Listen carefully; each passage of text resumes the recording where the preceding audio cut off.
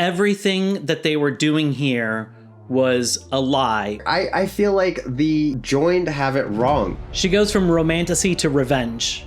All these beautiful blankets and art, and like as soon as it happened, it just felt like her whole culture was removed from the planet, just gone in a blink of an eye. Today, Sterling and I are talking about the finale of the hit science fiction TV show Pluribus. So spoilers are ahead. We are jumping into the opening scene with Kusimayu and her joining. We're getting into that meeting between Carol and Manousos that we've been building to all season long. Whisking away to a romantic fantasy with Carol and Zoja. And you know we have to talk about that wild ending. We are doing Drops of God Season 2 next in January, and we look forward to having you join us. And a quick thank you to all of our channel members for continuing to support us. Now, let's get into the episode. Wild episode. Why don't we jump right in with the very beginning with Kusimayu and what she went through. Wow. I mean, it's kind of wild because we knew that she has been the most eager to join, I would say. Like, it does seem everybody else wanted to join. Mr. Diabate, maybe not so much, but like she was like, I want to join. I want to be with my family as soon as possible. But yet it seemed like such a happy moment for her. But the way that it ends is just so sad to me. And like, it really is. They had built up this like her whole culture of this small village. They're singing probably traditional songs. You know, they're taking care of this farm with these animals that are probably used for, you know, wool or food. And then all these beautiful blankets and art. And like, as soon as it happened, it just felt like her whole culture was removed from the planet, just gone in a blink of an eye. It was messed up, and it feels very much like, even though when you look on the surface, it doesn't look like what Kumba Diabate is doing, you know, as far as like living this lavish lifestyle, you do see that everything that they were doing here was a lie or a facade or a show, you know, however you want to kind of square that away, that was not something that they were doing because that's something they wanted to do long term. That was her fantasy. It might have been a very simple fantasy. Yeah. It might not have been the James Bond fantasy that Diabate was doing, but it was her fantasy was to be with her family at the place that she knows. And they created that world. They had those beautiful, bright, vibrant colors, all of that music. They gave her all of that in order to pull her in so that she would eventually want it. And I think this is like the playbook that I think this explains what they are doing with Kumba. This explains what they are going to be doing with Carol. And it does really change the perspective of, you know, I thought that Kumba was kind of abusing the system. And now I feel a lot more like they really are using every technique to pull the survivors in until they finally think, oh, man, maybe what you guys are doing is amazing. Yeah, I want in.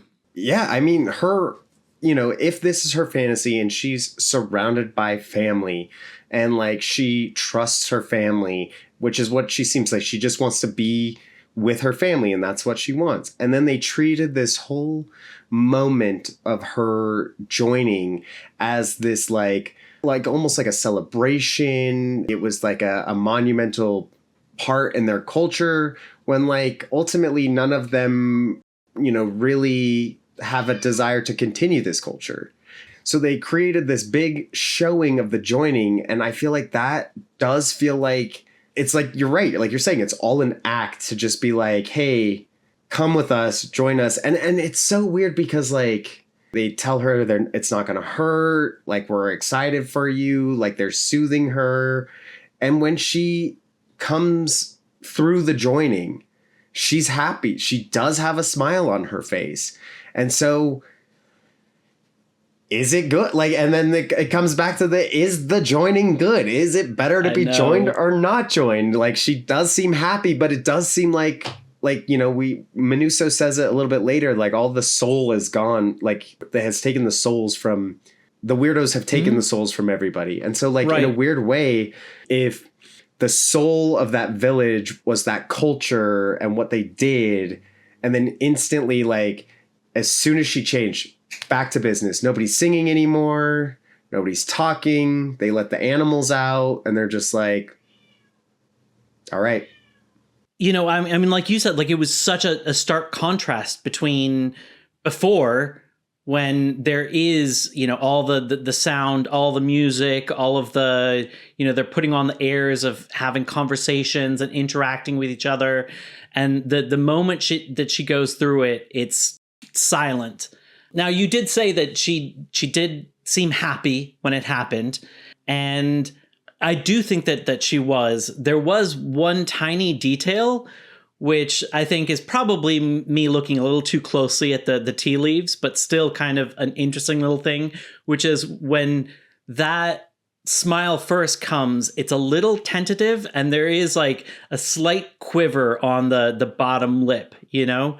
Like, I don't know if those are like the last throes of her individuality, or if that was just, you know, her coming to, and she's like not completely in it. And so it kind of takes a moment. But it also could be, you know, we see the smile. It might not be her smiling. It's might be the join smiling. Like, we got her. Right. Like that. It could be like that. Like, wow, our biological imperative was fulfilled. We got another one. 1 down, 12 to go, you know? Yeah. They're like, that much closer to, and that's a tight goal to be doing. And you could tell how important that goal was to them, for a people that really care about the planet. It was interesting to me that they flew a private jet in order to get this to her.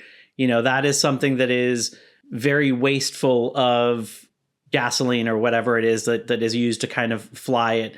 So that seems like it was really showing how important it was, that it's like, in this case, we need to do this over maybe doing a slower but better for the planet form of travel. Like using the drones that they had. You know, I didn't look too much into the plane, because we saw that they used planes to kind of get the unjoined together, and it looks like they are using planes to transfer stuff. Like when we saw them moving back into Albuquerque, they had a couple planes flying. So like, I wasn't like too shocked by the plane, and it does seem like a private jet might, you know, that smaller private jet might take a little less fuel than like a, you know, the Air Force One. And maybe just because of the remoteness of where her village is, it might just be easier. So I didn't look too much into it, but it did feel like it was an important thing. Like, just even how the join were acting with her, they made it feel like this was important to them. Right. And, you know, you mentioned earlier that she genuinely looked happy. I do want to later kind of get into what is love. Are there different types of love, and what is happiness, and where does it come from? Because I think that there could be some interesting things here around the idea of happiness that could explain why the others are the way that they are, and why they do what they do. So we can kind of dig into that. But one more thing that really got me sad in this was the goat. Oh my God. I know. Like, and this is where I feel like the joined have it wrong, because it's like, that goat clearly had a connection with her. And as soon as she let that goat out, the goat was just like, I'm just a baby goat. Where are you going? Yeah. And just, I don't know, that you were taking care of me. You were my mom. Like, I'm not necessarily intelligent enough to know that we clearly look different, and so we're not related. Like, I depend on you, and you're just, and I used to be in the safety of this pen. It kind of started to go out towards her, but it's probably scared of this bigger world because it isn't out of the pen very often, if at all. So Like it wanted to go to her, but like how far can a kid go? Yeah, I mean, what is going to be the survival rate of any of those animals? Like, you think about like not so much alpacas and llamas, even though we do shear them, but like most sheep don't have an ability to shed the wool. Like you have to shear them, otherwise the wool will like overgrow and like basically suffocate them. And you know, I'm not exactly sure if alpacas are the same, but I'm pretty sure that they're not going to be able to shed it as easily. Like they will need to be sheared, and they're just like, well, you're free now. Like one, right. If you went to go shear it later, it's never coming back. Like it's going to become like feral at some point where it goes from being domesticated to back to wild. And so it's not going to be friendly. It's going to be skittish. And so like in a weird way, they just like probably sentence all those animals to death. And what is it? Is it French bulldogs though are one of the ones I think like they have trouble with giving birth because like the birth canal, something of the bone, something like that aren't quite big enough because of the way that we as humans have designed them. Correct. And all of these French bulldogs that are loose that end up mating with other French bulldogs are going to, and that's a primal desire. So that's something that they're unlikely to hold back on, and they're going to end up dying in childbirth because like we engineered them to the point where they rely on us to live. Well, not even just that like any of the, so if you think about just like any animal that's like a domesticated pet that like would get sick or have an issue or something pops up, you take them to the vet and the vet gives you something to fix that thing. And now they're just wild. And so it's like, if they have issues, if they have, you know, issues coming up, if they can't find food, if they can't, they're pretty much all screwed. And I feel like the joined, it's such a weird, like, oh, we can't hurt things. We can't lie. But also like, we're just going to let them out. And like, we technically have all of the minds of like behaviorists, biologists, how these interactions would work, and we're just like, oh well, they should have thought of that before they were our pets, right? Like, right. Seems a little backwards.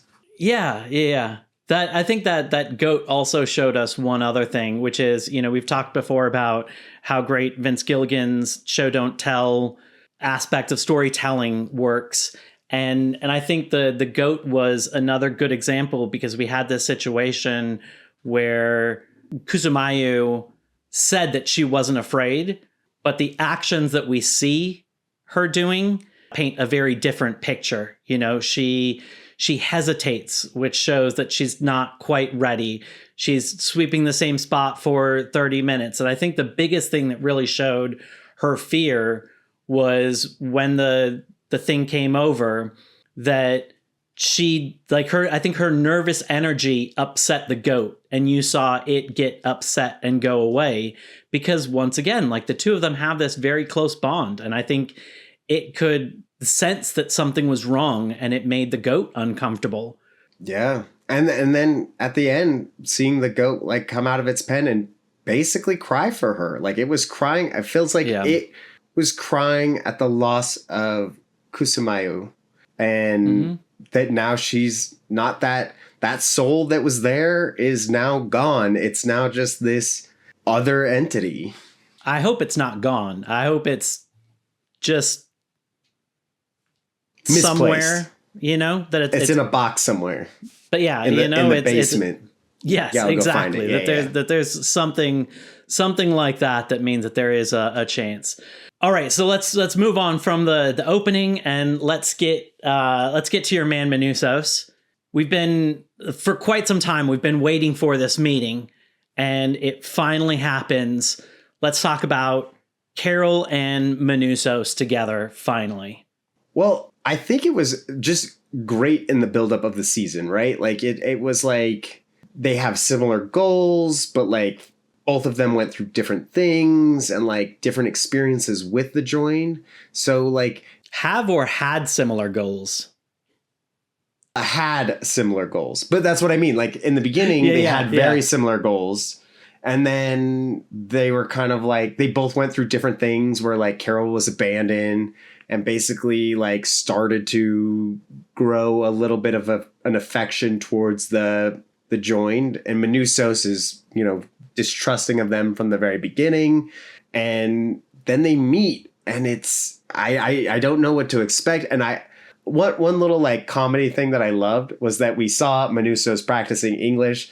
So we think he's going to be able to speak, you know, perfect English by the time he gets to Carol. And yet, you know, he can say some things and, you know, he's great.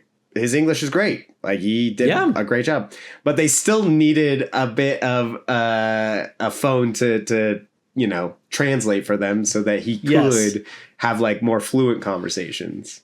And having that phone repeating Carol's insults back in his language from the gutter was like the best comedy in this episode. So good. I absolutely love that. And then as he's getting frustrated with the phone, there was really great comedy in that scene. There was great tension that was built up. Like it was interesting as they're finally coming together, seeing Carol watching from a drone as ambulance 103 is approaching. And so you kind of see what things have been like for the others as they've been able to use these drones to get these high quality images. Yeah. Which is wild, you know, so they like that really paints a picture of like what their surveillance is like. And we see very quickly that this isn't the same Carol that we had in the beginning, because Zosha is floating ideas that she wouldn't have been able to float earlier, saying things like, you don't have to be here either, you know, referencing when Manousos gets here. And even though Carol does decide to meet him, she does say, I'll just hear him out and then send him on his way. Right. She's at least temporarily replaced her relationship with, you know, with the one that she had with Helen, with Zosha. And she wants it to be a real relationship. She wants it to be this real thing. And she's trying to get Zosha to say, so that it can really feel real. But I think that there are some cracks there.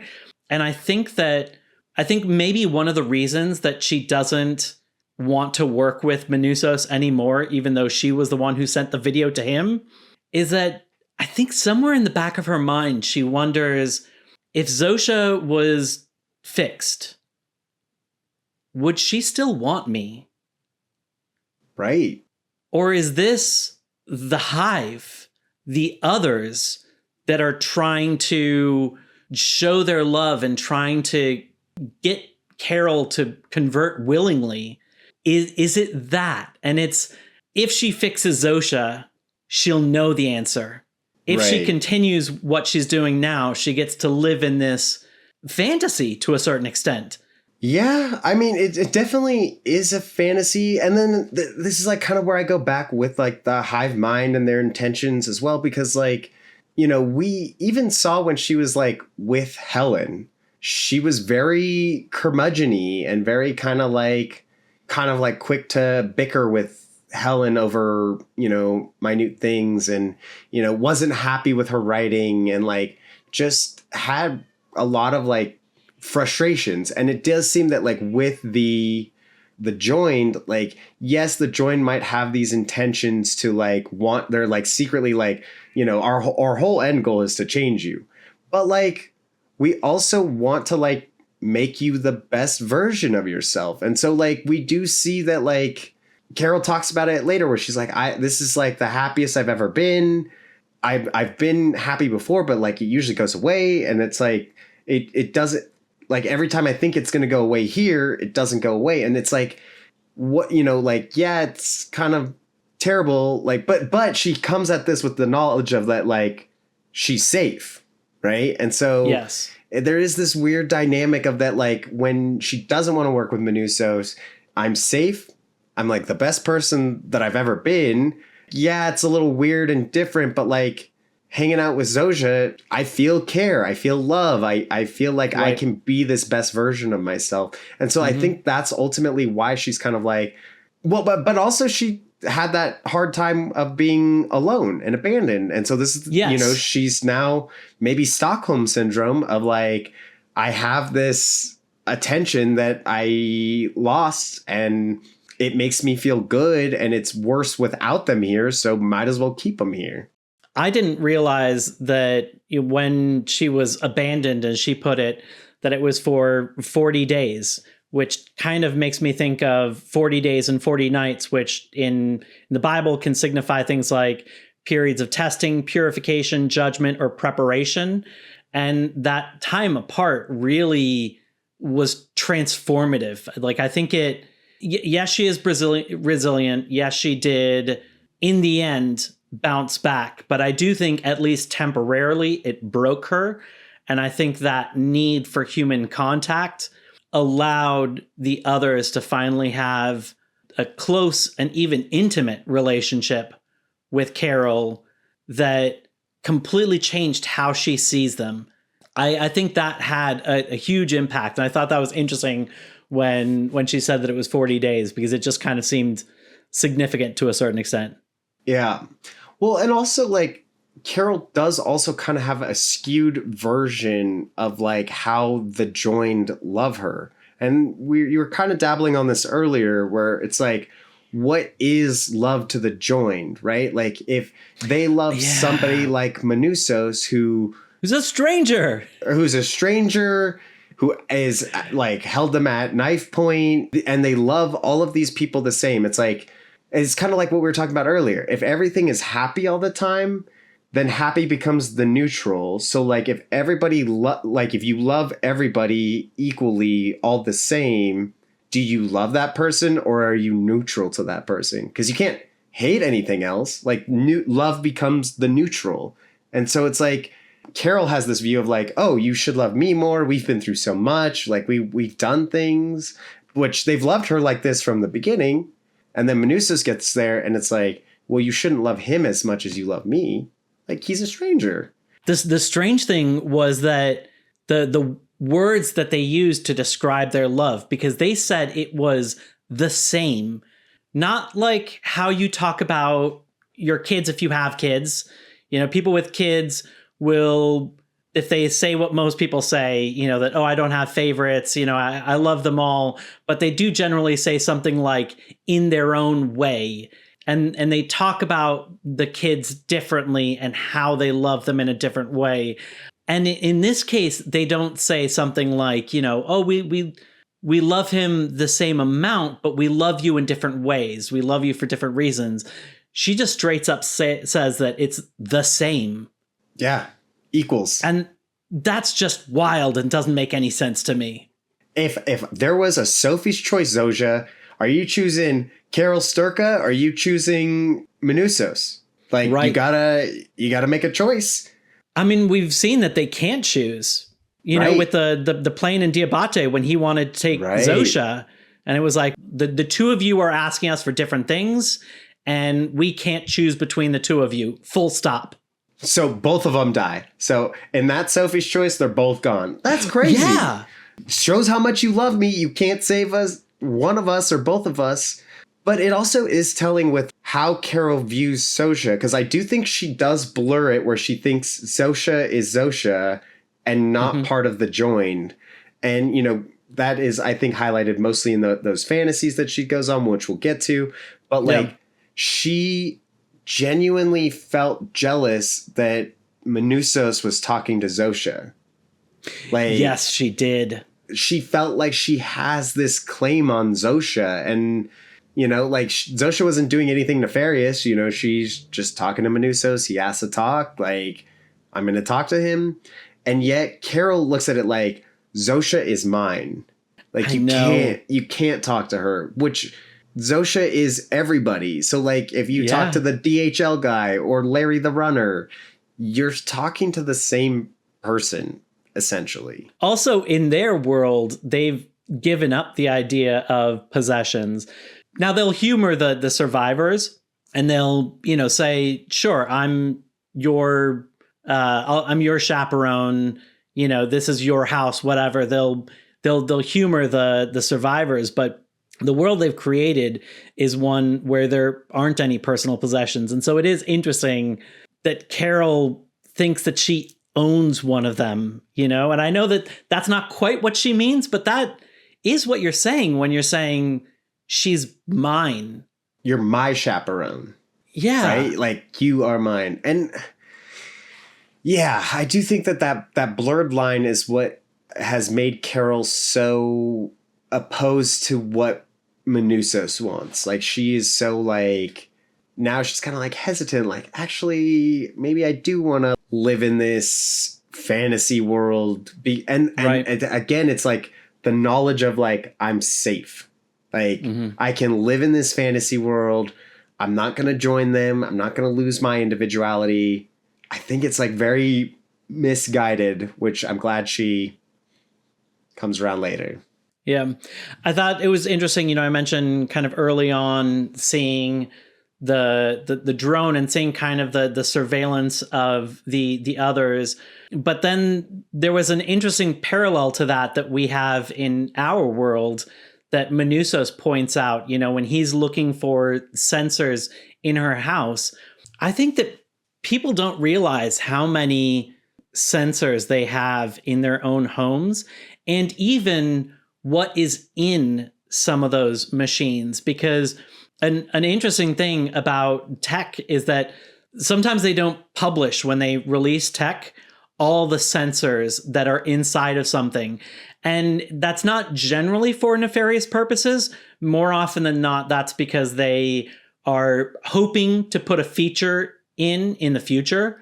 And so they're hoping to be able to use that sensor, but because they don't have functionality for it right now, they just don't tell you about it. But there's been tech reviewers that tear down hardware and will point out like, oh, this has this chip in it that wasn't, you know, mentioned in the publication of it, or it has this sensor that wasn't mentioned, you know, and the company says like, oh, well, we don't have functionality, so it's turned off.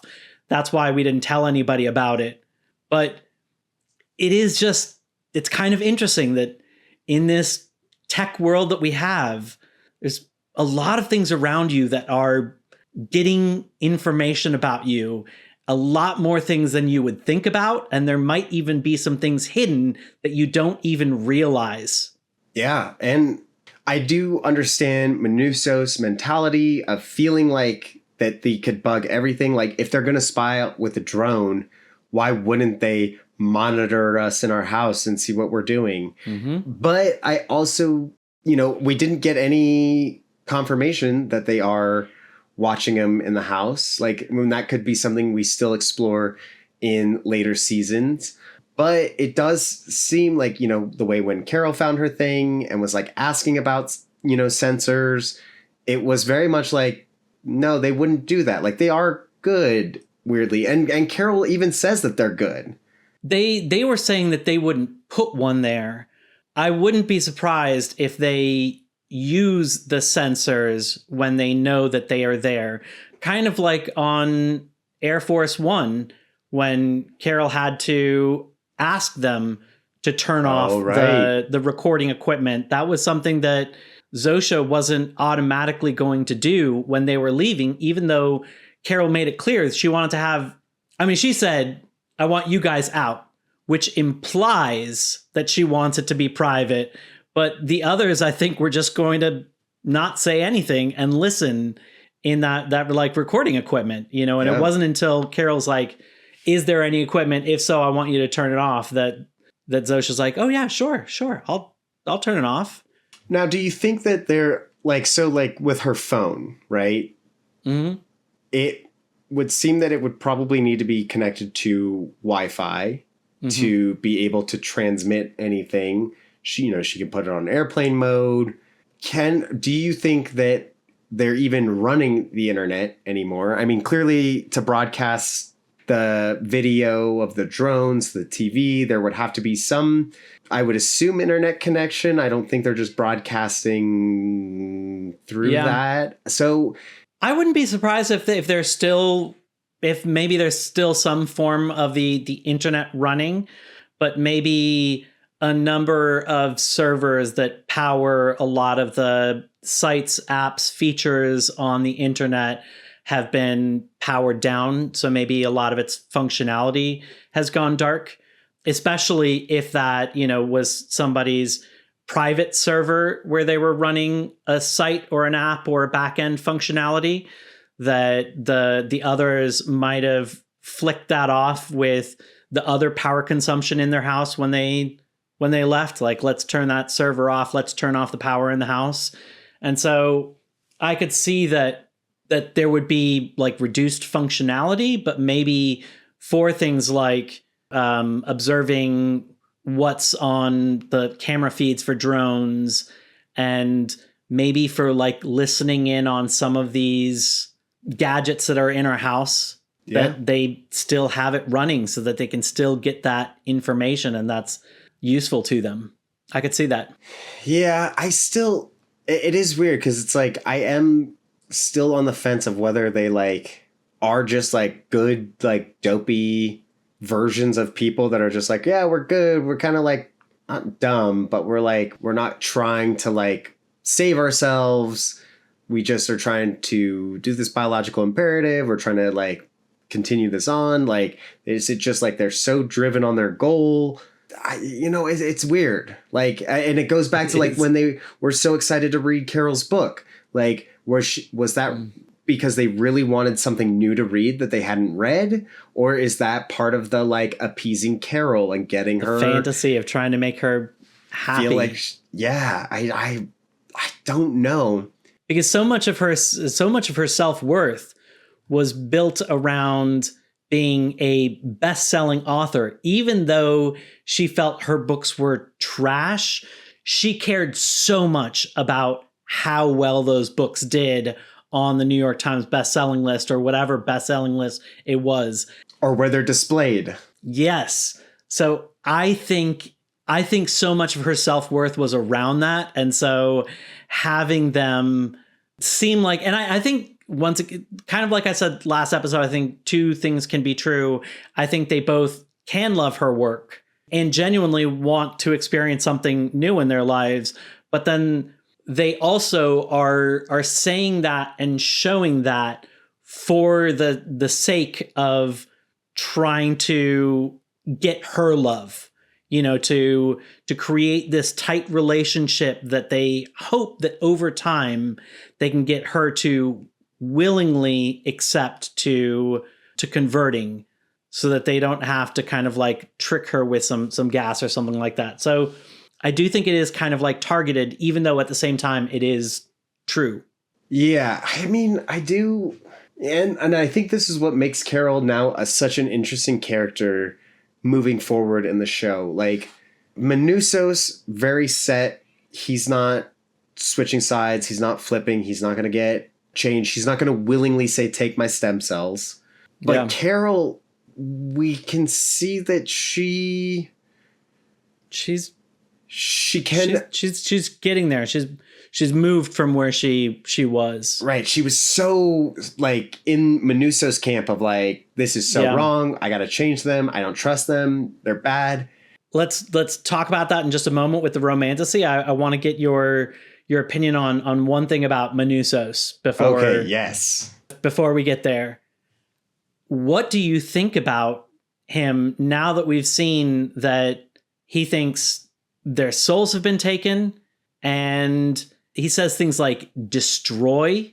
He says destroy in the beginning, but later when he first off, I think, again, I still love Manousos. He's the best. I love that he's like testing things. He's like, he's got that frequency in mind. He's like, I know that I can like kind of destroy them by yelling at them now, which is, like now I've got all these books to learn about radio frequency and translate that to English so I can really understand them. And I just, he's smart. He's so smart. He's got tenacity. My still like favorite thing about him, even though he hates the joined and he doesn't trust them, he thinks they're weirdos and soulless and would rather them be destroyed if there's no way of reversing it. he still, once he finds out that he's gonna like hurt them, he gives them warning. Not the second time, but that's what Zoja says. She's like, to be fair, he said, I'm gonna do this to you. Gave them time to kind of like prepare. And so he's very principled. He's very principled. It is scary that he says, if we can't fix them, they are better off dead. But I think that's just in the beginning. But I think after he kind of learned some things, like we saw him, since he knows that maybe, he's asking the same questions that Carol asked. And so Carol told him that they can't lie and there is a way to reverse it. And so maybe he's asking these same questions and he's like, I know that they've now given me a way that they can reverse it. And so then you see him with Rick and he's like coaxing him. He's trying to coax him out. Like he's got him in that shock state. He's got the frequency on him. And he's like, Rick, I know you're in there. Come to me, like come out, come back to me. The thing though is, so that's the first part of the statement is, if we can't fix them, which says that he is willing to give that a shot. But he does have there is some line in between saying, I'm willing to give it effort. And I don't know if he's the type of practicalist that if he realizes that he can't do it quickly enough, or one or two people don't have the resources to do this to the whole world or whatever, that he does have an eye on the big red button. True. And he is okay with pushing that. He is okay with the nuclear option, if you will. Better for them to be dead than soulless. Yeah. Yeah. I love his drive. I love his morals, even if I don't necessarily agree with them. I love how smart he is, how much he has, the reason he didn't get further earlier was because he wasn't interacting with them, because he was keeping his distance. And I think that was probably out of worry for his own safety. Right. Like he might become soulless. Yes. But now that he's understood through Carol that you can interact with them without turning into them, that they will answer questions for you and they won't lie, that just leveled things up for him. Oh, yeah. He's like, now that I've got this information, boom, I can move so much faster. Yeah, no, I love Manousos. And I do think that at least after he kind of was doing his reading and his, like that's probably about 2 weeks or so, because it was like day 60. And then I think it was like 72 or 74 days after when we saw him again. And he tells Carol, he's like, I think we can change him back. And so like, yes, he is willing to push the red button because he's like, this is not natural. Yeah. But like also, how as one person are you going to kill 7 billion people? Like that's going to be the rest of your life. You're just going to be like hunting them down, dropping bombs on them. It's not the easiest way to do. But if we can use frequencies to disrupt them, change them back, I think he's more in line with that. But he is not afraid to push that red button. Yeah. Let's talk about Carol and Zosha on their Romantasy tour. Yeah. I think it comes at an opportune time when they have to leave Albuquerque again, where that is the worst thing for Carol, right? She has experienced that. She doesn't want it. She knows how awful that feeling can be. And instead, when they leave her, they take her with her in a sense. So they say, come on, Carol, let's go to this place and that place. And let's go skiing in the tropics and a beach and like everything you would want. And here's a good drink. And here is this. I'm sure they're making her the best food. And like basically what they did with the diner, but to an 11 with Zosha. Yeah, I think they are weaponizing her desires And she was a Romantasy author, and to a certain extent, they have kind of recreated her Romantasy. Because this is, to a certain extent, this is kind of like a post-apocalyptic world where she's one of the few survivors. These are, even if they're not technically alien, they are alien in the terms of they are different from her. And so she's in a world populated by others, and she's created this unlikely relationship, and they've forged that.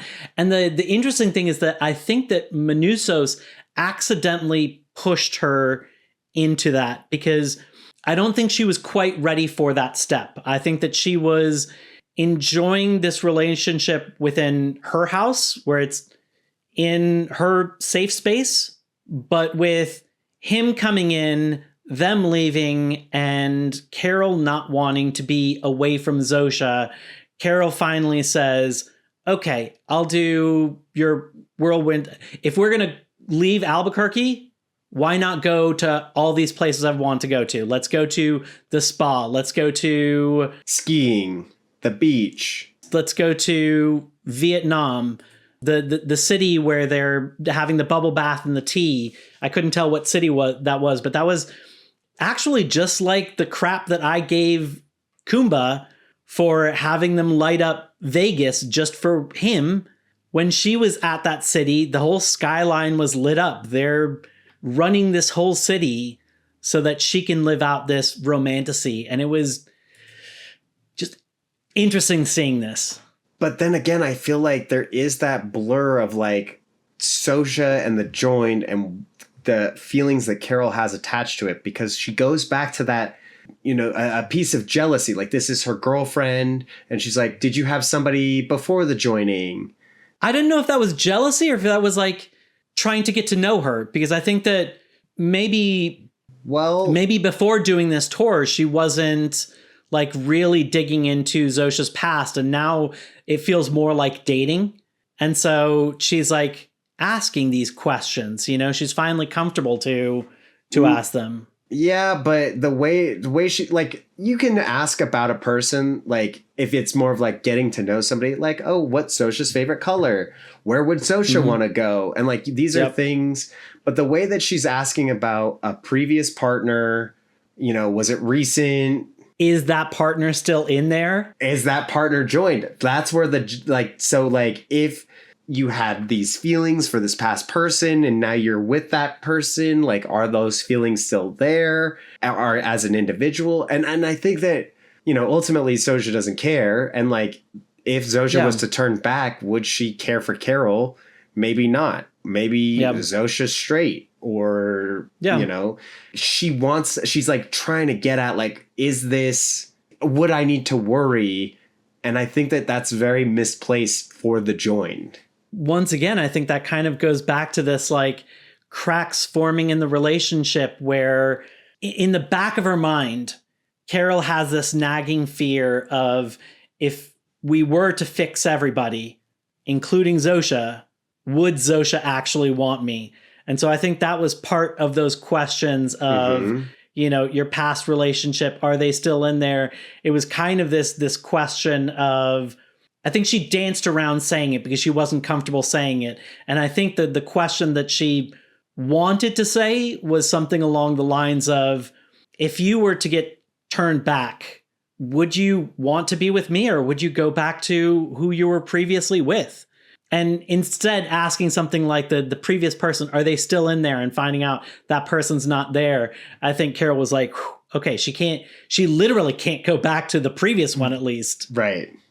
But like, also, I think it's kind of like dating somebody new in the first place that you might not know very well. And, she has these these happy chemicals that she's feeling, and she's nervous that it's going to go away. Like, she's afraid there's like a shoe is about to drop, and that it's going to, all of these positive feelings that she's having is like a fleeting moment that is gone. And so like, is it Zosha like leaving me? Is it like, is this going to end where you're not treating me this way. And I think that was this like fear. And then ultimately she is the cause of that ending of those happy chemicals. And so in a way she was right, but it was not anything that they were doing intentionally, even though it is kind of intentional. Also, I thought there were some interesting parallels in the places that she went to or the books that she was reading. So I saw on Wikipedia Halong Bay, which was like the beach with the rocks. That's in Vietnam. And it says, well, first of all, it means descending dragon.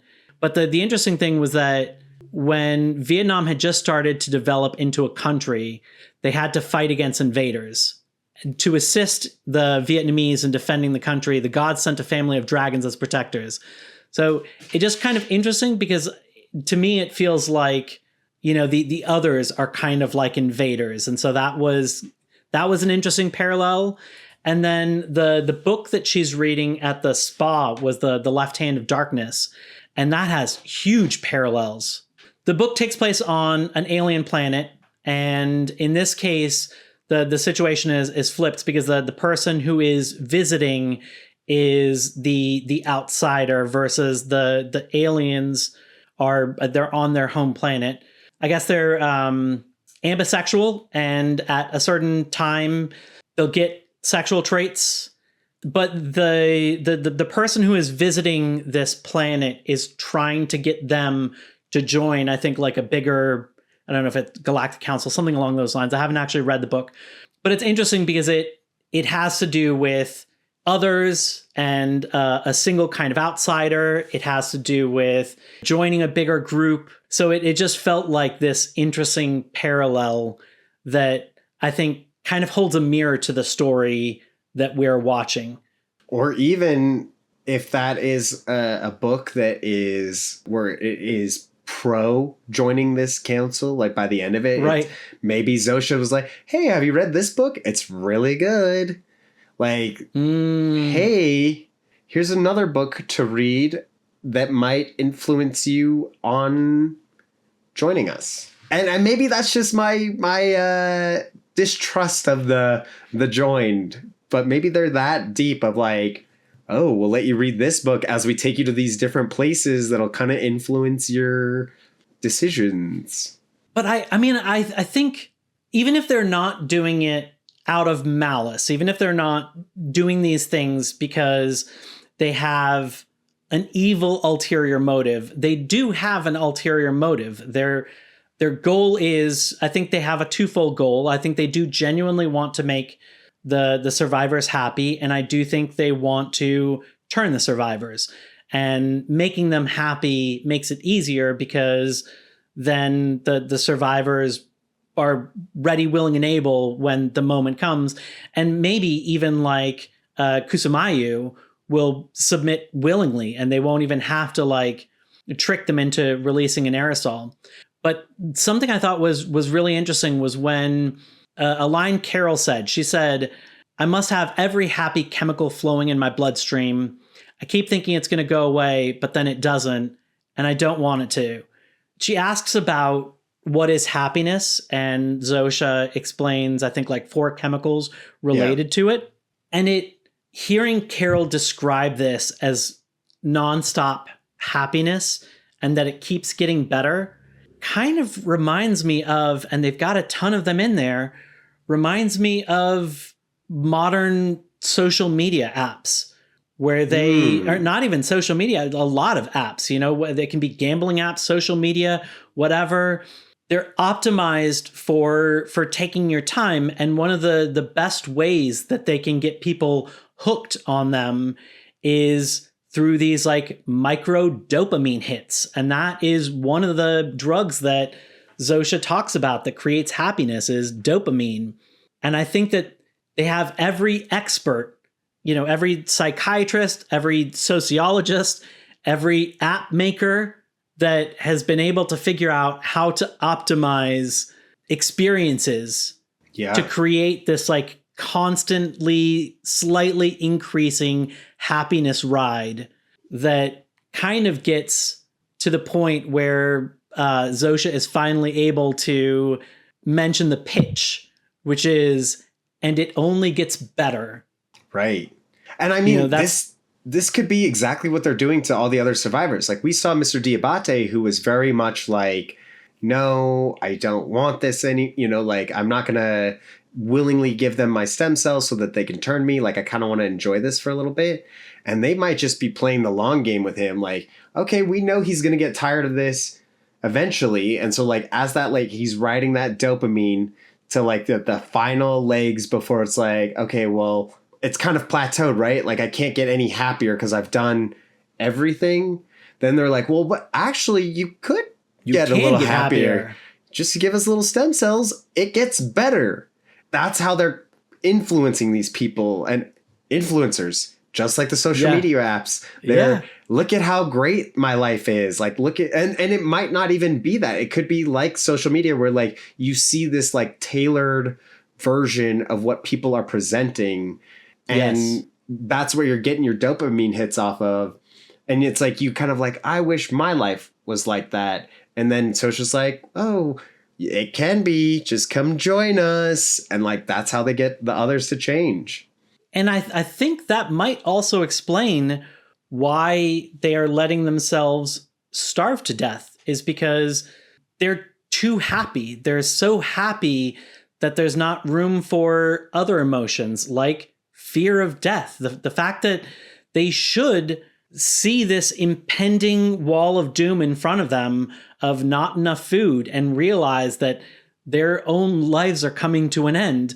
But instead, they do see that, they do know that, but they're happy enough, they're content enough that it doesn't matter. You know, they're living by their morals, their ethics, and you may disagree with those or not. You know, so they're trying not to harm the earth, they're trying not to use animals, they're all of these things that they're living by, and they are so happy with that existence that when their time comes, they're just going to let it happen, even if it is crazy sooner than it should be, and even if there are such simple steps to extend it, like just picking an apple off a tree. They're too happy to care to save themselves. Yeah. I mean, and I think that's why Carol has to save them from happiness. You know, that's right. the log line is the unhappiest person on Earth has to save the world from happiness. And I think that's the problem, is like that. I think that might be one of the big things that the RNA did to them, is that it is tapped into the release of those happiness drugs. Oh, maybe. And so it's just like giving them that constant hit as part of the instructions from that RNA.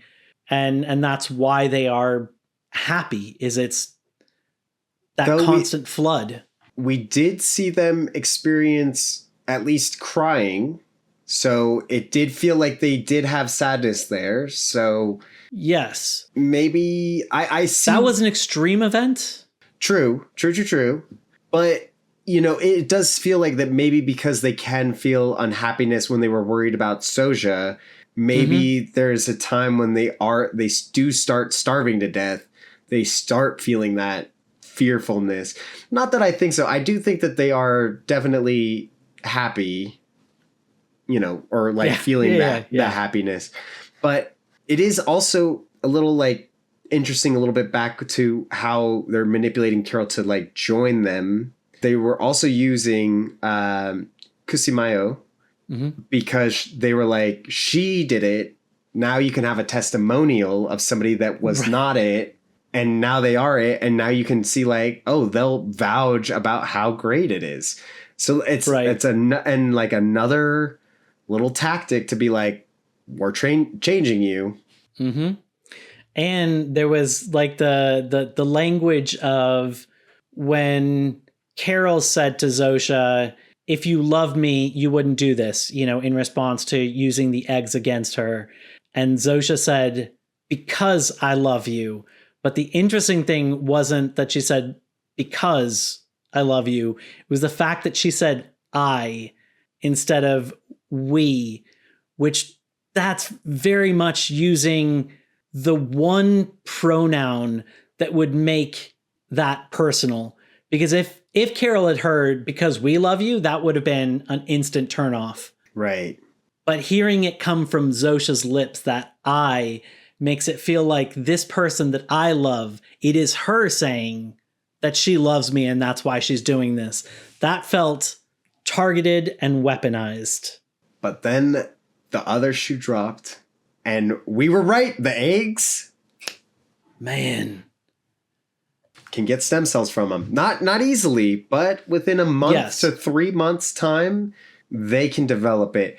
And I think that is what Carol needed to get out of the fantasy, is knowing that this is coming for me and I have to stop it. As much as she loves Zoja, as much as she wants to love the join and not be alone, she's like, I can't be this. Like, I can't lose my now I've heard from Manousos' soul, your individuality. Yep. I can't do it. And that snaps her out of it and brings her back. Brings her right back. And we get to the end, and this... I love this final section. So you already mentioned a little bit of this, that we see Manousos before she gets there has been studying these books, which this is crazy to me. He's having to translate the books. This is how driven this guy is, that it looks like these are books on like electrical engineering. This has got to be one of the absolute driest subjects that is filled with very specific words that there's no way he learned the majority of these words from his, travel when he was listening to those tapes. Right. And so he probably has to translate almost every single word in those books, and absolutely wild. And I think that those books confirm, if not a theory that we had that will happen, at least confirm that Manousos is considering two theories that we mentioned. So one of the books was about Faraday and others, which to me reminds me of the Faraday cage, which is one of the ways that you could temporarily block somebody from the radio waves. Mm-hmm. So it wouldn't be a long-term solution. The moment they leave the Faraday cage, they rejoin, I think, is kind of the way I would see it. They'd still be an antenna. So once they are able to receive the signal, I think they would reconnect. Mm-hmm. The other thing that he is looking at is a book, and it's open to a page on standing waves, which is, I think, it goes to that theory of like jamming the signal that we talked about. Yeah. And once again, this is still a short-term solution. This is not a long-term solution. Jamming only works as long as two things happen. One, as long as the jammer is active, and two, as long as you are in range of the jammer. So if those people get disconnected from a jammer and they do legitimately want to be joined, all they would have to do is run away from the range of the jammer, drive away from the range of the jammer, whatever. Once they get far enough, theoretically, I believe they would reconnect. So these aren't long-term solutions, but they're better than nothing. And they would give us information of like what happens if you unjoin somebody, even if it's temporary. Right. Well, and I do think that lends an idea that I believe you had last episode, where if they get that giant radio tower up and like ready to broadcast the signal, well, that thing could hit all of Earth, and so you just could jam it. I don't know if it could hit all of Earth, because it would probably be outward. You're right. I think they could point it so it was somewhat directional, and it would cover an area of Earth. But I don't think that it would be able to wrap around. They put it on the moon. And the moon goes around. That would still only get half. Well, it would still only get half the Earth at a time. But it's good enough. You would need... They go unjoined, joined, unjoined, joined, unjoined. Yeah. I mean, yeah, I don't know exactly what the solution could be, but I think Carol might have a solution if she needs to. Are you talking about what's in the box? What's in the box? What's in the box? Okay, so Okay. props on this. Before we actually get into what's in the box, I want to applaud Vince Gilligan for not showing. And I know that he did say something, and I know that that could definitely be in there, but the fact that it wasn't shown means that for however long until season 2 happens, people are going to ask that question and their minds are going to race and tons of options will come up. And I think people will consider, was she being honest? Was she being figurative? Was she making a joke and it's not even at all related to that and it's something else? And that's an interesting trick for a cliffhanger because she might be honest. And if that's the case, then that's it. We know. But because there's uncertainty. Because she's not the joined, we know that Carol can mislead if she would like to.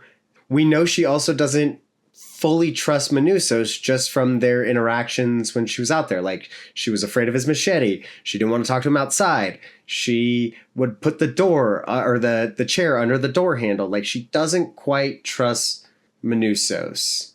And maybe she doesn't want to tell him. I think I'm more of the opinion that it is a bomb, an atom bomb. A literal atom bomb. A literal atom bomb. And the reason I think that it is a literal atom bomb. Yeah. I think that this is Carol's failsafe. So if she wants to use it on we know that they congregate together, right? If she wants to use it as all right, we can't change him. We got to destroy, which again, that's not going to kill the whole population. Sure. But I could hit a big enough target that I could maybe hit a huge portion of them. Maybe there's one big hive, or it's her if I haven't found a way to change them and they are going to change me, it's my get out of jail free card. I'll go out on my terms and try to take as many of them with me, and maybe the ones that are more, willing to do stuff. I don't know. But I think that it is an atom bomb and it is her failsafe plan to use against them or to use on themselves if they fail.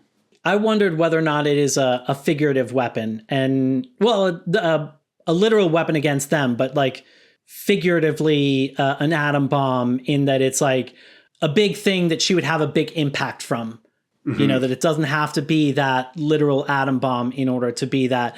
My first thoughts, I was first wondering whether or not it was what Manousos could be studying about. And that's before I did the second watch and looked closely at what the books were. I was wondering whether or not it could straight up be a Faraday cage. Or if it, contained a jammer or something something that could work as a jammer. But then the fact that Manousos is possibly studying those things, it seemed like maybe he was going to engineer this and we wouldn't need her to arrive with it. I don't know what else it could be unless it is. I've danced around the fact that the current solutions are short-term solutions. And I do think that the long-term solution would be something actually pretty similar to the RNA sequence. It would be something so that the RNA sequence, it enters your body, it enters the host cell, and it inserts a piece of DNA that becomes part of the host cell. And every time that host cell replicates, that piece of DNA replicates that. So that becomes part of that person. And there are things that could do something very similar where instead of cutting and inserting a piece of DNA, maybe they cut and remove and then just resew a little piece of that RNA sequence, enough to destroy two things. So one, it would remove the functionality of that DNA because the full DNA wouldn't be there that was inserted. But then two, by leaving just enough of it there, it also would remove the genetic marker that the RNA sequence looks for. So I believe the reason that the survivors are immune is because they have a mutation, and it doesn't have to be the same mutation. They just have a mutation where they don't have the marker that the RNA sequence is looking for, because it looks for a spot to cut and insert its code. And if that spot doesn't exist, it doesn't do anything. And so if you leave just like a little bit, even if it's literally just one line, then that marker wouldn't exist anymore, because it would have one extra letter that changed it. And so when the RNA looks for it, it's like, it's not here. So I think that's the long-term solution. And I don't know if there's a way that she could have got something that would allow her to start engineering that, or, because that would be the ultimate weapon. But I think that's long-term. I think that's farther in the show. I don't think that's what it is. But also, where the characters are at right now, I don't think she has that like forethought to be like, okay, let's get like a whole lab to like start, like I'm going to start doing the sequencing. Like there's so much before that she needs to do to get to that point, or like Manousos needs to get to that point. So I also think it is a great payoff from like episode, I think 4, where she asks for the atom bomb. And I think that it also, what's so cool about it, if it is an atom bomb, is that it was like, I can ask you guys for this and you'll give it to me. And then they like, well, yeah, but we talked to you about it first and make sure you really wanted. And then it's like, it also shows where Carol's at with them, where it's like, I have an atom bomb from them just in case, because they'll give it to me. And if I need to use this on them, or I need to, take myself out on my terms, I'm going to do that. And I have the atom bomb, and I it's such a great payoff from before. So like, I hope it is an atom bomb. Like that's what I want it to be. It's really interesting character development, because she goes from romantasy to revenge, almost. Like, I don't think she's necessarily looking to take out the others, but if it is an atom bomb, she at least has that in her back pocket as a last chance, But it's interesting seeing how she was doing what most people would consider kind of making positive changes in her life and becoming a better, happier person. And this arc for the character tells us that we unfortunately need the unhappy Carol to save the world. That's what the world needs. And so it's an interesting subversion of tropes. And she's still going to be the hero, but instead of seeing her become a better person, it's like we need to see her slide back into the kind of nasty, unhappy person that we grew to love from the beginning. If you loved her from the beginning, that's going to be a requirement to save the world. Yeah. And now she's Team Manousos, so I can't be mad at that, right? Yeah. If you enjoyed our discussion about the finale of Pluribus, especially the parts about Carol and Zosha's relationships, then we think you'll appreciate this breakdown where we talk about the start of their relationship.